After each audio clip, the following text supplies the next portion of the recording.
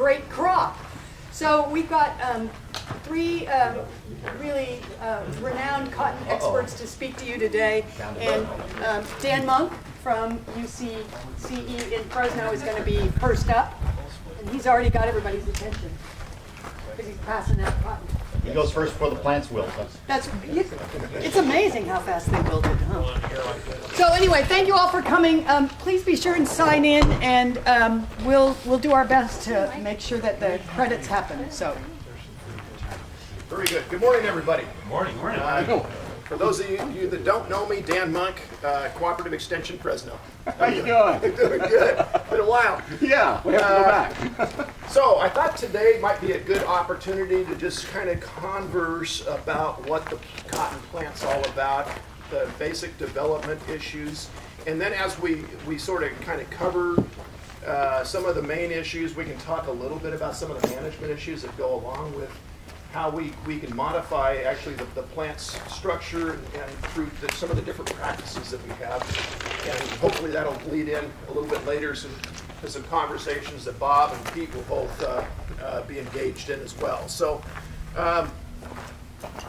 so if we were to look at a cartoon diagram of a cotton plant that's approaching, some level of maturity, this is a great kind of teaching diagram. We've used it in a lot of our publications. Thank you, Pete, for bringing this out this morning. But basically, and then we've had a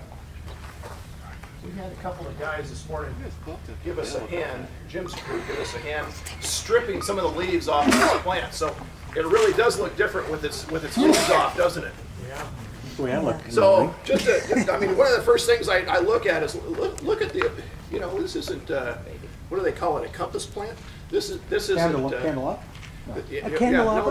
Compass. What's the weed? The weed that lines up with the north. Anyways. Oh yeah, I see what you're saying. Yeah, flat it is. Yeah. So look at that. So which direction are the rows here? Can you tell me? Direction. Perpendicular, right? Yeah. So this is planted next to another plant, and these branches out here are reaching out basically to gather and capture the sunlight, aren't they? So kind of an interesting observation. Usually you don't How see many them plants quite. per foot? What's that? How many plants per foot is that? That's right. So this is probably telling you these plants are a little bit more crowded than others that might have actually branches that are more non-directional. So let's take a look at these plants, and of course the first thing that comes out of the ground are the cotyledons, right? You see those first thing after the seed rises, and so you should be able to see on your plant the bottom nodes here. Now it might be an empty or vacant position, but you'll see a little bump there, and those are the cotyledons. And now on this one, and not always do we see this, but on this one, and sometimes you'll see Pima plants tend to be much more vegetative. So here we've got a vegetative branch coming off of where the cotyledons were. Okay, on one side, and the cotyledons missing on this side. So you should be able to identify that. So those are cotyledon positions. And typically in plant mapping, we don't pay a lot of attention to these, but in this case, we actually will receive and get some yield from this, as you can see some fruiting bodies up above here. So if we were to look at this plant and start talking about fruiting or fruiting nodes or just vegetative nodes, we can start to, every time there's a hump here, you can kind of see there's a vacant spot here where a leaf is taken off. There's another one here. We can start counting the number of nodes, and every so many degree days, 50 or so, every so many degree days we add another node to cotton development. So we can actually back calculate and get an estimate, an idea of how many degree days we've had during the season. I have a handout. So I'm gonna, let's let me. We can hand get it that out. in your hands as well, because this So will. Pete, is that 50 degree days under 100 degrees or under 90? Or at some point in time, What do we do the at opposite happens 110? when you get under 10 degrees. There is a developmental Yeah, threshold. It's And above 50 degrees. Yeah. There's a developmental threshold, And if you're basically under, what is it, Bob, about 58 degrees, that we have the lower threshold, or is it 55? 55 degrees or so, we basically do not accumulate units during the season. And if we get up above about, and I don't know that we actually use this in cotton system so much, but actually get above about 85 degrees or so, you kind of max out in that developmental threshold. So this time of year, we actually don't use heat units a lot, except for maybe from a pest management standpoint. But from a growth and development standpoint, we really kind of toss that away, and we really just start looking at the development of the plant. There's other things that we can do to sort of gauge the maturity of the crop. Okay. So as you can see down here, we've got our cotyledons. And then above that, we talked about these, what we call vegetative nodes. And the vegetative node simply is a node that does not bear fruit. Okay. Above those vegetative nodes, we typically have vegetative branches.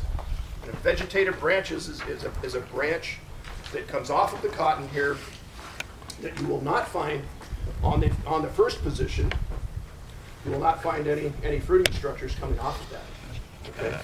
So when we look at the earliness of cotton, when we want to start to see where early fruits start to develop, you're going to see it happen on what we call a fruiting branch. Okay, so these are above vegetative nodes and above typically vegetative branches. So here, our first, okay, so let me start counting here, and you guys can count on your plant as well. But here's 0. 0 nodes are the cotyledons. So we've got the first fruiting branch, first vegetative node, second vegetative node, third vegetative node. On number 4, I have a vegetative branch because there's no place for a square right here on this first. In fact, it's down here, isn't it? So there's a place here. No fruit here. Same with this one. We've got 2 vegetative branches here. We get up to this one here, and I actually see a place where we actually had a potential square develop here. Like, Okay. So it's been taken, right? And we've seen a lot of that this year, haven't we? So this is our first vegetative, this is our first fruiting branch. Okay? So we can count on this branch and above having early fruit retention on it. So let's go ahead and recount that. So I've got cotyledon, 1, 2, 3, 4, 5 nodes before our first vegetative branch. Excuse me, I keep going back and forth. Before our first fruiting branch. Okay, yeah, thank you. Marsha, Now- where'd you get this guy? Now the next. Oh, it's a tough audience today, and they're in the shade. Now the next node Warm above 'em up, this Dan. it is not always, but should be another fruiting branch. Okay, I gotta slow down. So, and in fact it is. So we go to the next node above, and here I've got a fruiting branch, and we can see that because it has flowered, and now that's a thumb. So what are we looking at? About a 4 or 5 day, maybe 6 day old bulb. with no ligation. With it seems to be pretty. It seems to be clear. A little bit of a shot hole here on one of the racks, but it seems to be pretty clear of pests on this one. So here's our oldest bowl, and that's an indication that we are in our flowering and fruiting period where we're actively producing new fruit that hopefully will be harvested. Okay. So any questions on that? I got one for you that they asked me that I couldn't answer. Okay. Why do they call it a square? It's not a square. You know, I've had 2 really good questions today, and both of them, when you see these early fruit, does that look at all like a square to you? I mean, almost looks like a pyramid or a triangle or something like that. The answer is, But, it's yeah. a Southern expression. Go figure. Okay, blame it on the sun. It had to come from the South, right? Because I think you're right. I think if they really did that. we'll call it a square. We're calling it a square. So okay, so let's go back to the diagram for just a minute. We'll talk a little bit more about this, but it should tie in very well to the plant that you're holding. So again, vegetative nodes, vegetative branches, fruiting branches. So this is our first fruiting branch. And this is our first position on the first fruiting branch. Here it's indicated with a bowl. Here it's indicated with a flower. So this is the second position on the branch. And this typically happens, so let's talk about time now, okay? Typically, once we get into this fruiting period, you can count on about 3 to 3.5 days between nodes going up the plant. So if we talk about fruiting branch 1, and the difference in time between fruiting branch 1 and fruiting branch 2, we're talking about 3 to 3.5 days or so, early in the season. Time-wise, going out, it's going to be quite a bit more. Typically, it's not quite double that, but closer to 6 days as you go out on the fruiting branch to your second position fruit. So you can get the impression here that as we go up the plant and we start to get to these upper, as we start to fruit today, not only are we producing new squares on that first position here, but we've got a bunch of second positions that are being developed at the same time. We've got third positions lower on down the plant that are being developed, okay? And so we're expanding the number of positions that we have that are potential fruit-bearing positions. So when we start out the season and we start squaring, or when we basically, yes, we'd like to protect the plant, but the number of positions early in the season, and as they multiply, it grows geometrically, okay? So today, we're producing a lot of new fruit that there's a lot of potential for many of those positions. And there's a big difference between cotton types now, okay? So we do have some handouts out there. And is there a handout that I can have so I can kind of go along with you? I know, that's the thing I always forget too, to have one of my own. So a couple of points I want to make here about these vegetative nodes down the bottom of the plant. The top figure just gives you a bunch of data. Now this is not cross comparisons in the same field, same planting dates. This is just a bunch of data that we organized a few years back. And it was really, the idea was to look at some of the variation in where we get that first fruiting position. Okay, so that first fruiting branch and first fruiting position. So basically what we're seeing on the average trial here that we had, in the Pima cottons, we had a range from about 5.6 to about 7.2 nodes before that first fruiting branch. This is a bunch of studies here, a bunch of different studies that we collected this information on, but a lot of different fields. On the Acela plants, it ranged from about 4.3 to 7.2. If we were to average all of that, the difference is fairly minor. Okay, the Pimas tended to, and this is somewhat variety dependent, and it's year dependent. Every year, no variety reproduces that year in and year out. So there's some climate, there's some planting date issues, there's some variation here. The point is that Pima tended to have a little bit later development of the and higher up, slightly higher up on the plant in terms of its first fruiting branch. But we're only talking a couple of days difference. Okay, it's not a really big difference. So what we're saying is this first flower in Pima occurs within a couple of days of first flower of Acela cotton. Okay, and yes, there are some. Now we've seen some hybrids, for instance, that tend to fruit much lower, and you'll see sometimes even in some of the varieties, the Acela or Pima varieties, you can see much lower on the plant. But we've seen consistently, fruiting branches down on somewhere between the 4th and 5th. So, and sometimes earlier. So there are genetic variations. So that's point number one, and that tells you a little bit about the maturity of the crop and why is this important today? Well, it's good to know first when the first flower occurs, because after first flower we start to develop what? Our bolls are developing, right? And where does a lot of the energy of the plant go? It's really producing and photosynthesizing so it can supply the reproductive need of the plant. So those bolls have a lot of seed in them, and those seed require a whole lot of energy. Okay. So, so we're getting to the stage now. I want to talk just a little bit about some of the differences that we see between Acela and Pima cottons, because they're very different size bowls, and they're very different. The timing in terms of when we actually make yield is very different in the two crops. So let's take a look at that far left figure there. It says fruiting branch, and it says 2,326 pounds in 2002 of Acela. So this is a boomer yield here for a Pima plant. And what is this telling us? Well, it tells us that down on fruiting branch 1, all of the positions that made up yield at the end of the season all came from basically that first fruiting position.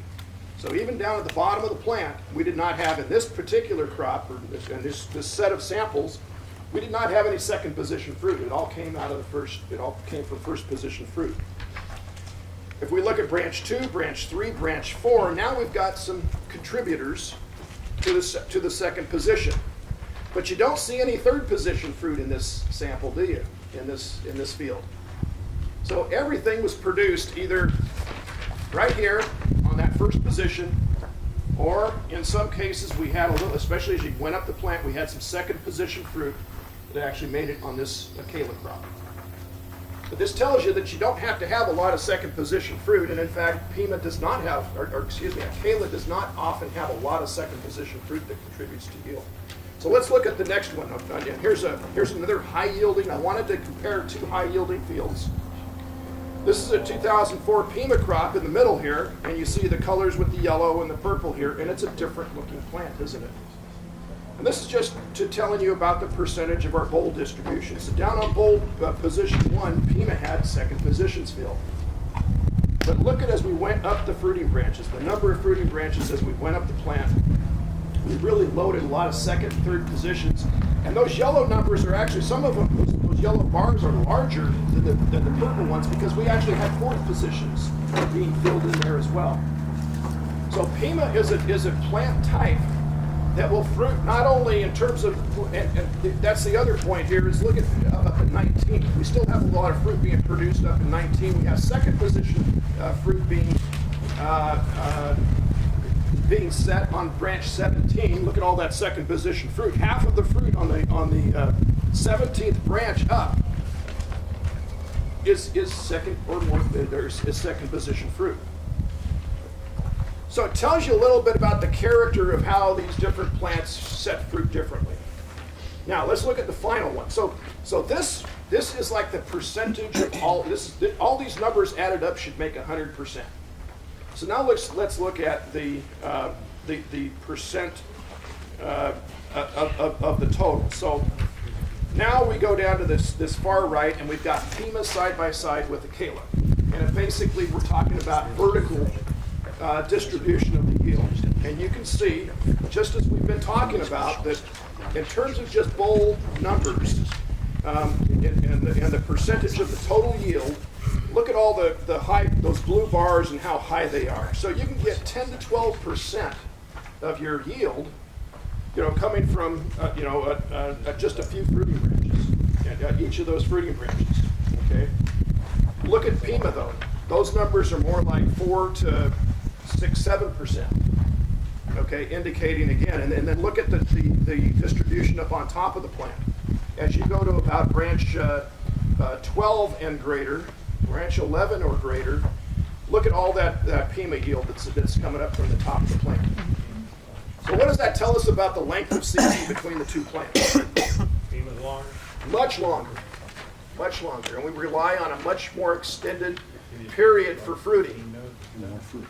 In terms of the percentage or proportion of the plant that's providing yield at the end of the season. So in Acela cotton, we've often talked about a critical 30-day period between first flower and the end of flower. Now, it doesn't mean that if we've lost some positions, we can't make it up later in the season. But typically, with a good high-yielding crop, you can make a good, you have good retention. You can set a crop in about most of the crop. About 90-95% of that crop can be set in about 30 days. In Pima, we generally say more like 45 days. And these are some of the reasons why here. Bob? And I think, based on the variety trials that Farm Advisors and I do each year, I think one of the other things that's important in the PEMAs to remember is that despite people over the years talking about interest in earliness and playing around a little bit with things like HTO and to some extent 340 and a few other that were a little bit shorter season, most of the materials that are available and that are fusarium race 4 resistant are just as long season as the old PEMAs that you're used to. So that difference really hasn't changed with new cultivar. Gossypium barbadense versus Gossypium pursuivum. They're different, and they've been bred differently, right? Over the years, they've looked at different characteristics. So they are very different plant types. And in terms of, as we begin to think about how we manage these crops, we might be thinking in terms of those first, university has talked a lot about those early positions being saved, right? So that's the other point. So as we look at the Acela distribution of yield, you see those numbers here, but what we're not showing you is the size distribution. So in Acela, your bottom 5 first position bowls are the largest bowls by far, okay? And then they drop off in size as you go up the plant and you out the plant. In PEMA, they tend to be much more uniform. So the bowl that's being produced is only slightly larger on that, let's say first position, second fruiting branch position, maybe only slightly larger than the one 5 nodes above it or 2 nodes out. So, you can't have a lot of weight being placed in terms of your yield early in the season with these upland and Acela cotton varieties. So management, in terms of protecting those squares and which ones you protect and the amount of time that you have to make this yield, we're going to need to think a little bit differently. And so Pete and I have gotten into a lot of interesting discussions, and Bob, about some of the pest management ramifications here. But they are different plants to manage. Hey, Dan? Yeah. Just a kind of an off question. With your Acalas, you always love to walk out there and see 5 lock bowls and some percentage instead of all 4 lock bowls. But physiologically, is there anything that we've ever learned that influences that effect? Or is it more or less genetics, you think? So this is my understanding, and Bob's a better physiologist than I am, but my understanding is it's somewhat random.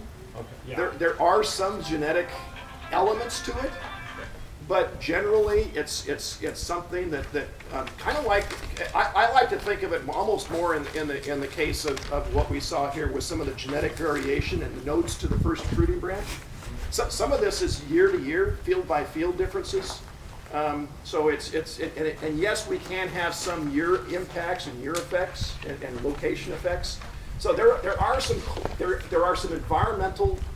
I would say this: there are environmental effects and there are genetic effects, but they're not highly consistent. Right. And we don't know. We can't really predict. No real predictor. Those differences. Okay. Is that fair to say, Bob?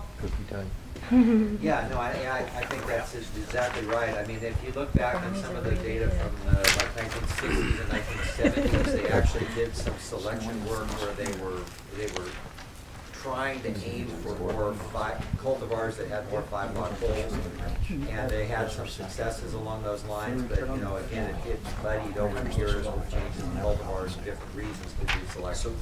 So I think Stan covered it about right. And I don't know of anybody who has that as kind of a key component of a breeding program right now.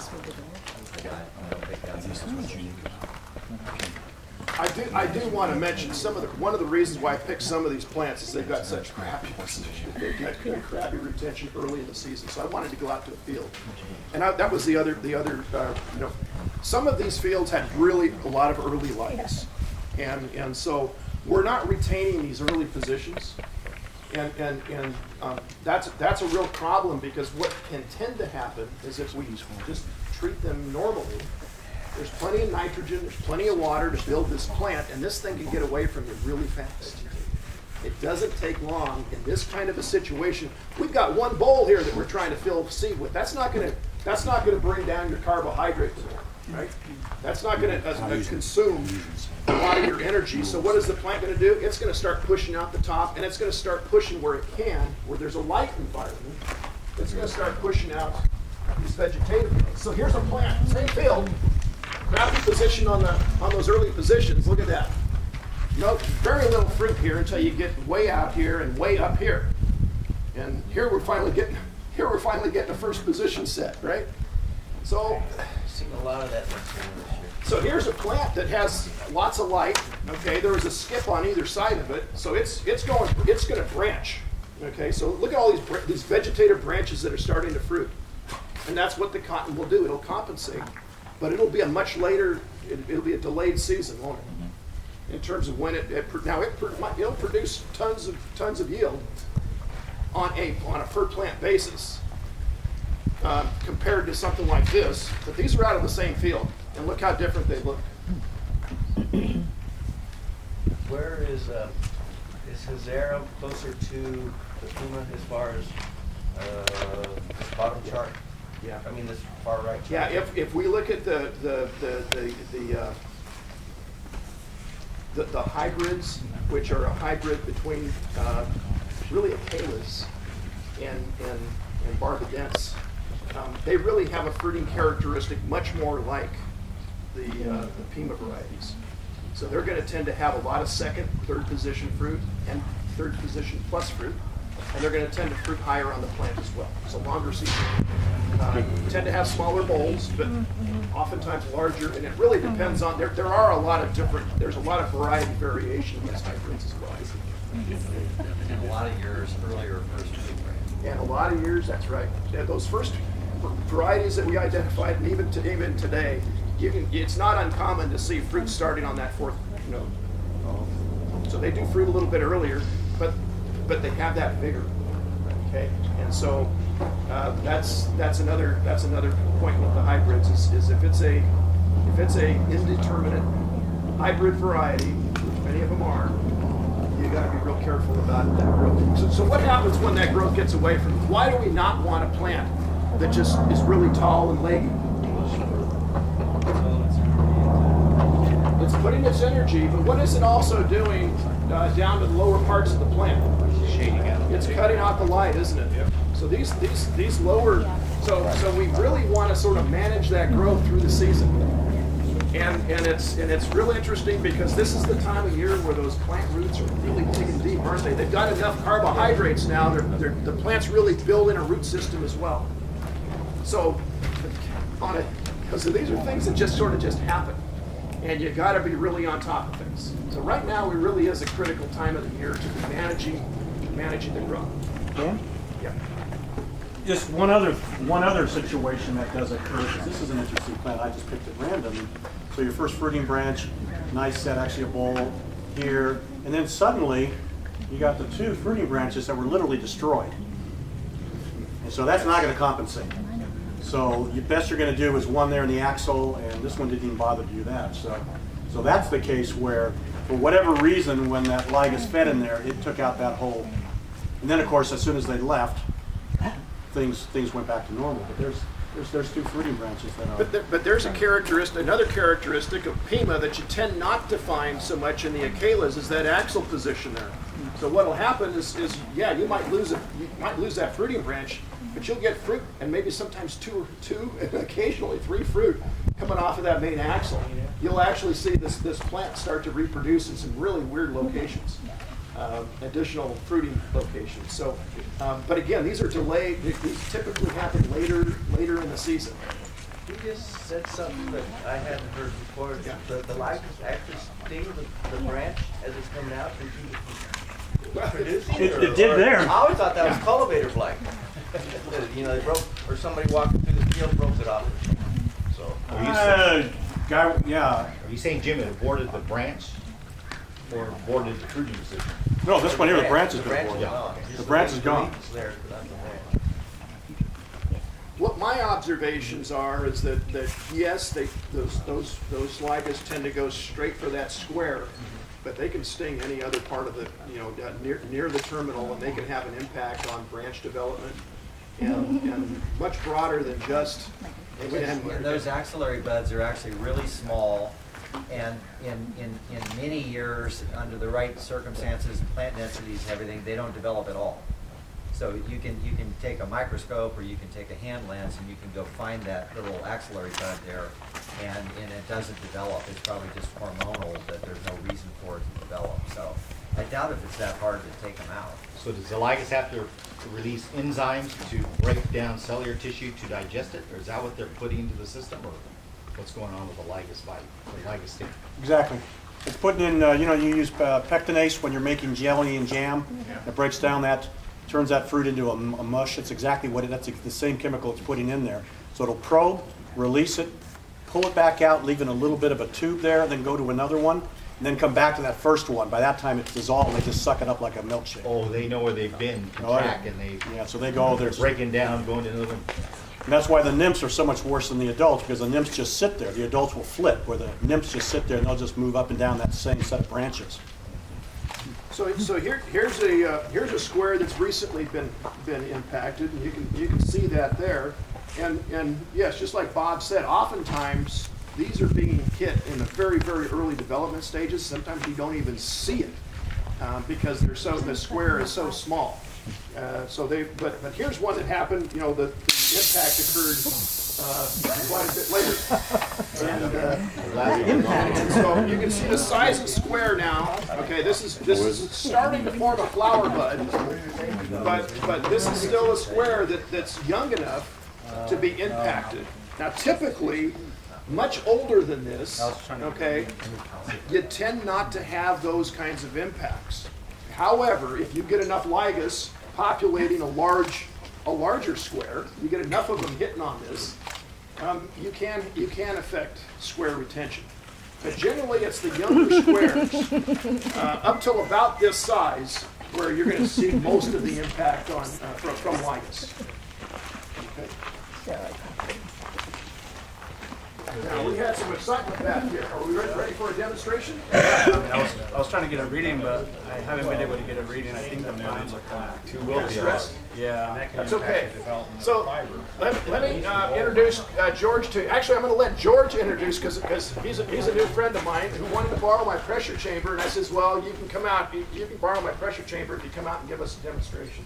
Yeah, sure. So introduce yourself. Who are you with? And who's Danielle Zachariah? And take it from here. So I'm George Angeles. I'm actually a grad student at Fresno State, and I actually started working with Bob Hutmacher, and he has me participate in various projects he has around the valley. And right now I'm kind of just helping Danielle Zachariah, who's in charge of the pistachio EP project over there in the Lemoore area. So I was hoping to borrow his Dan's actually pressure balm to see if we can kind of be more efficient. So basically, when you want to use this pressure balm right here.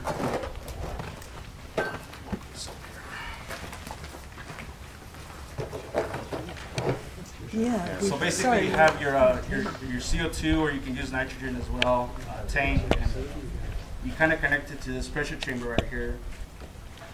And whenever you want to take your measurements, cotton, for example, you have your cotton plant, and you start counting from the top leaf, from I'd say about quarter size. And so what you want to do is you want to take the measurement on the 4th or 5th leaf from the top. So we have 1, 2, 3. This one would be a good one right here. You kind of just snap it off, and you want to have some sort of a razor blade or something to cut the top right here. So I'm just going to snip the top. And you open this chamber right here, and then you put the petiote inside this hole right here.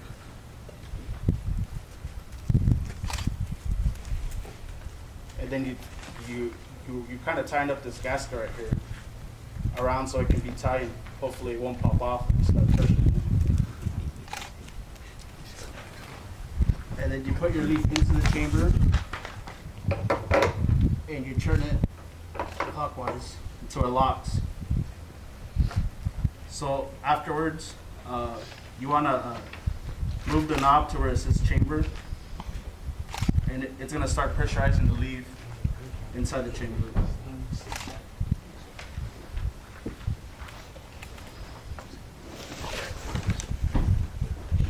So we have this rate valve right here that's going to slowly pressurize the leaf inside. It's going to kind of regulate the pressure. So you want to turn it into where you kind of get like half a bar per second. So it's going to slowly pressurize. And you want to stop where you see Where's our PPE? now you want to have your safety goggles. Do not look right over the top of us. Yeah. Okay, now you can take pictures. Yeah. That looks dangerous. A patio will go on 100 miles an hour, still Yeah. do quite good. So it's slowly pressurizing the leaf, but I mean, I was trying it earlier and I wasn't able to get an actual reading. But what you want to look for is the little water film or the sap of the petiole that builds up on top of the petiole right here. And when that happens, is you want to kind of just stop and you get your reading on bars. So this is Well, and you're used to doing almond trees, so almond trees. the numbers typical for cotton are going to be quite a bit different. Yeah, and the measurements that I'm actually doing, they're different. This is a leaf water potential. What I'm actually doing is a stem water potential and pistachios. So what we do before we actually even sample the leaves, we kind of clip a small foil bag around the leaf, and we'll go take our vigilance in an hour and a half. So it's a little different. It's a little bit more time consuming, but I heard it's a little bit more accurate. I mean, it's a different kind of stress indicator. Yeah. Because it's sort of measuring how the plant recovers, over a long period of time.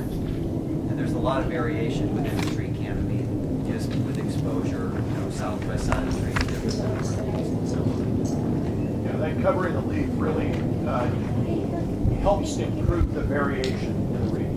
It comes down to a kind of a basal plant water stress level. Your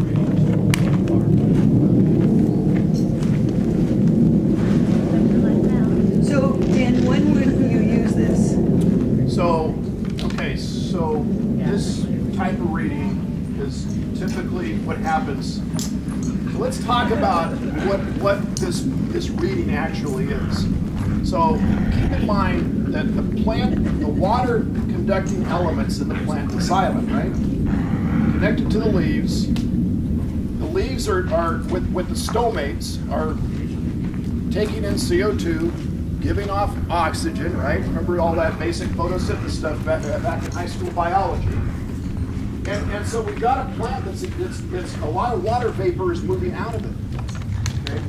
Down here we've got the soil supplying that water, and the uptake is water is taken up through the roots and moving through that xylem element out the top of the plant. Now think about what's happening with the energy of that water inside the plant. It's under tension, isn't it? It's not water, it's not positive water turgor that's in there, it's actually a tension, okay, that's moving that water. You have high water potential down here. You've got a vapor water that's going basically vapor up above in the leaves. And so that plant, for that water to move from the soil, from that wet water down in the soil, to the drier condition of the atmosphere, it has to move across the gradient. And that's what basically facilitates water movement up and out of the plant, is that energy gradient. Okay? So the drier this soil is, the more tension will take place in the plant. You have to have higher tensions up above here for that water to actually be taken up. Okay? Similarly, if we think about the atmospheric demand up here on a cloudy day, humid day, you don't have as much of a gradient in energy, do you? So water is not going to be taken up as fast. It's not going to be expelled from the plant as fast. So dry, windy, hot conditions drive that atmospheric demand for water. And then what's happening down below here, again, the wetter it is, the easier it's going to be, and that gradient's going to be fairly low. So what we're doing with the pressure chamber measurement is we're actually measuring the tension in the plant. And we're measuring it because, okay, think about that bungee cord being stretched. And the more you stretch it, the more energy it takes to get it stretched out, right? So what happens when you cut it? That water springs back into the plant, doesn't it? So all we're doing is we're cutting that bungee cord, and then we're using a pressure device to push that water back up to where it's going to recoil to that level where it was when we actually made that cut. So the more tension is in the plant, the more pressure it's going to take to push that water up. So the nice thing about these pressure chambers and why we measure leaf water potential is because it's a great integrator. It's integrating what's happening in the atmosphere. It's integrating what's happening down in the soil moisture profile. Dan? So access to water and vapor demand basically are all integrated into one measurement. Yes? Question came out earlier about doing pressure chamber measurements and then going down to the leaf and finding it completely covered in aphid. What is the impact on aphid? I'm just curious about this, since it's integrating it, and the aphid are actually kind of leaky plumbing. What does that do to the? What would you think it did to the overall pressure? Would it show? Well, so. I'm imagining the worst case condition here, where you've got a smaller plant that's just loaded with aphid, and it's trying to push through it. And I would suspect, boy, that's actually well, I've never had that question. So, All right, B. so is stuff the Real truck. life. So what's the tension in the stamen of the aphid or whatever that's? So I'm still thinking of evaporative demand, and one of my thoughts is that you're actually in this case, in the case of an early developing plant, you're not facilitating new development. So your soil water isn't being removed at the rate. Mm-hmm. But on the other hand, you do have continued early vegetative growth. I've never actually tested it, and I don't know of anybody that's gone out and tested it. But my thought is that you're going to have lower evapotranspiration, simply because the leaf is not functioning to produce new demand. But then similarly, you're not producing a lot of roots aren't developing, because it is sort of a cycle, isn't it? That once you produce another leaf and another leaf and another leaf, that tends to produce more root volume. So that's a good question. Bob, you probably have some thoughts on this. I mean, I don't disagree with any of that. I think one of the things with leaf water potential that matters is how quickly the change happens. So we've noticed over the years, if you do a water stress study on cotton, or you do nitrogen and water stress studies on cotton, if the plant adjusts over a very long time period, such that the leaf areas are smaller and the plant is more compact and everything, then a lot of times it's really surprising that you'll only see a couple bar difference in leaf water potential, because the plant, again, it integrates sort of everything that's going on. Well, the plant has a smaller root system, but it also has less leaf area and a different way of dealing with all the radiation that it's intercepting. And a lot of times, you might expect that you'd see a 8 or 10 bar difference. Well, where you see the 8 or 10 bar difference is when you grow a big plant in a sandy loam soil, and then you stop irrigating the one, because you've grown a big plant, it's got a lot of evaporative demand, a lot of leaf area that can transpire, and then it runs out of water. And so then in that case, then the plant, what the stomata do on the leaves is the stomata prevent dehydration to the degree that they can. And if they're preventing dehydration, well, then the leaf water potential won't be as different as you think it will be. You know, one of the other ways that I think you can use this kind of information is I've had a lot of trouble over the years trying to convince people to try to stick with a pressure bomb as a measurement tool. If you have one that's gathering dust in a barn somewhere and you want a reason to pull it out again, I think one of the things you can do is, I'm used to people telling me when I first started that, you know, you had to sort of like come to a screeching halt in your pickup truck and go run out into the field, grab the leaves, come back and shove them into the pressure bomb as quickly as you could. And if you think about exactly what Dan said, you can put them in a container, you can get them to the point where there's no gradient for water loss. So put them in a container that has moist sponges in it but no free water, that's shielded from the sun, and you can take those leaves and you can gather, you know, a half a dozen of them in a small area or in a larger area of the field, come back, bring them, and then run those. And in my experience, that won't be a problem at all. What's a problem is if you let the leaf start, if it's in the light, then the stomata will be open. If the stomata are open, the plant is dehydrating. If it's dehydrating, well then rather than that water all snapping back up, like Dan said, back up to the cut stem, it's going out the leaf, and as it dehydrates, it's changing the water potential. You know, so we're talking minutes. So ideally, you're going to get that plant, that petiole back to the chamber within a minute or two. Okay, Yeah, and oftentimes what we'll use something like this to actually capture that leaf. I tend to do them one at a time, but Bob's exactly right. If you want to do this in bunches, and you can, we also keep a gauze with some moisture in here, and that helps us. That gives us a little bit. That extends the time a little bit so that you can get back and still get a true, you know, something that's approaching a true reading. And you can do it yourself and convince yourself, but I mean, I'm really convinced that as opposed to saying, well, this is too much of a pain in the butt, I won't do this anymore. You know, I think it's well worth trying some of those other ways of, you know, grabbing a few of them at a time and then bringing them to a central location or back to the pickup and then running them there. Because I know a lot of people that, you know, including me, that used to drag these around out in the field. And, you know, on a hot day, that's enough to convince you that there's got to be a better way. So yeah, maybe that's my problem. So let's talk about a few of the practical aspects. Marsha brought up the question, what time of day? So we want to do this when the sun is high, when we got maximum radiation, because we want to compare with one day to the next. Okay, we want to standardize this practice.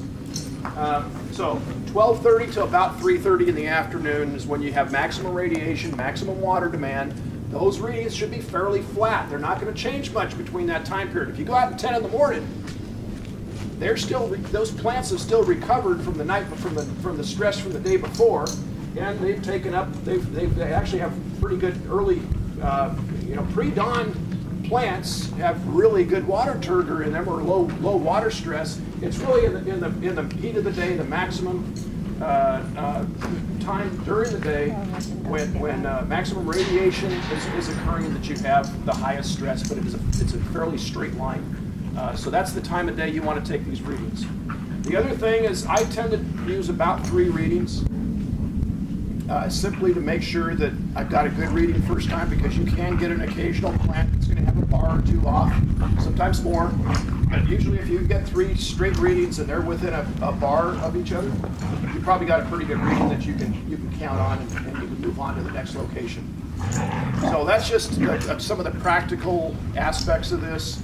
The timing of use, oftentimes we think in terms of pre-bloom. We still want to push a lot of growth, and so we're thinking of a threshold, irrigation thresholds of about -15, -16 bars. If they get much more stressed than that, you tend to be in a situation where you're gonna affect the expansion of that canopy. You're gonna bring it down. Okay, so later in the season, as we get into the bloom period, we think more in terms of -18, -19.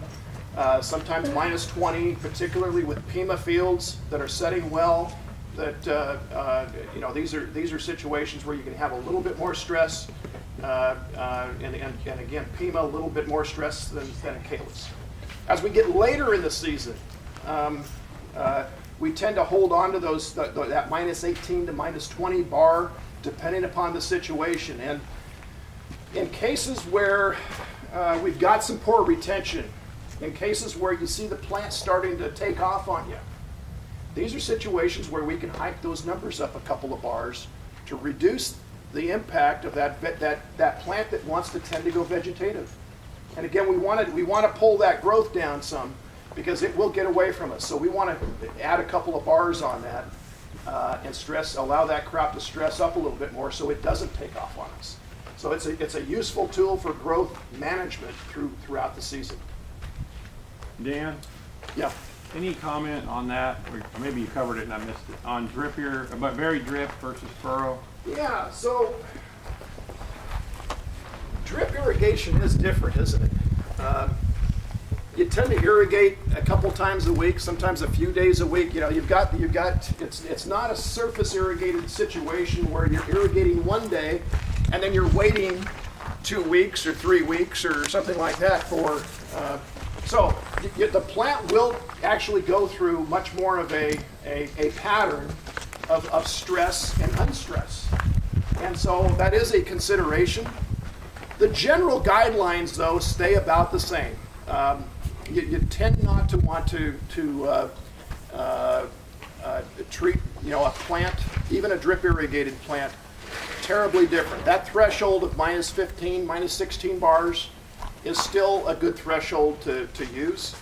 And later in the season, higher values also. So, but the fact is that the plant does go through very different cycles of stress based on the type of irrigation system that you have. And there are some growers that feel like they've really got the irrigation, the drip irrigation system down, and they may or may not use a pressure chamber system, but it's just based on soil water differentials. They feel like they're doing a good job with some of the soil moisture monitoring. So that's another approach to stress management is keep a real close eye on your soil moisture conditions. I have a question. When you just recently irrigated, are you at zero and then you start working negative? So good question. So if we've got a fresh irrigation, let's call it surface irrigation. We just flooded the field and water is drained, and the only water that's left in the soil is basically held now. Gravity is drained. We've got and so we've got a full moisture profile, and we've got really good access. What's going to happen to pressure chamber numbers? They're going to go way down, aren't they? But there's still a resistance in the movement of that water to get into the plant, and there's resistance of it traveling up these little tiny tubes, okay, that have an attraction for water. So you still have to pull that. And you've got things happening up at the plant canopy where water is again going from a liquid state to a vapor state. So there is tension here, and usually those baseline levels, depending upon the climate, are going to be somewhere about minus 8 bars or so. It really different field situations, but you can think of minus 6 to minus 8. Or maybe earlier in the season, a little different, but it really depends a little bit on your atmospheric conditions.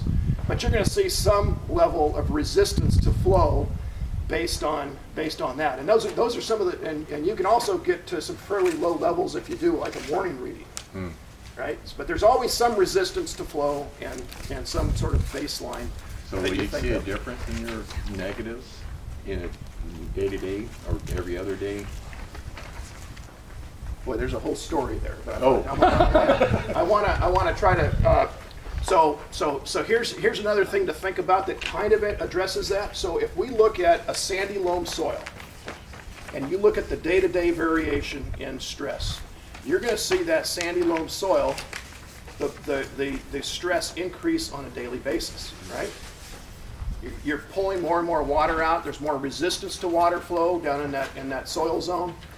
Things are going to change. If you look at a clay loam soil, much higher storage, that day-to-day variation is much smaller. So you have a much slower time. It takes much longer for those numbers to come up. But it is the research Don Grimes did, and if I followed up, and Bob, I'm sure Bob's done this as well. It's a fairly linear relationship, and it's soil dependent. It's dependent upon your root system and your local conditions, but it's very different between soil types. And at field capacity, your low number is 10? Yeah, again, it's going to depend on atmospheric conditions. It's going to depend on your root system. But usually, you know, oftentimes, even this time of year, you might have pre-dawn readings like at -8 bars.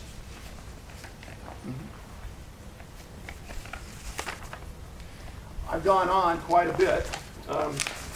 I'm sure I'm over my time, Marsha. I think it was great.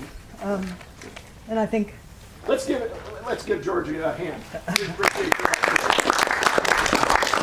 have a pressure chamber now. All right, thanks.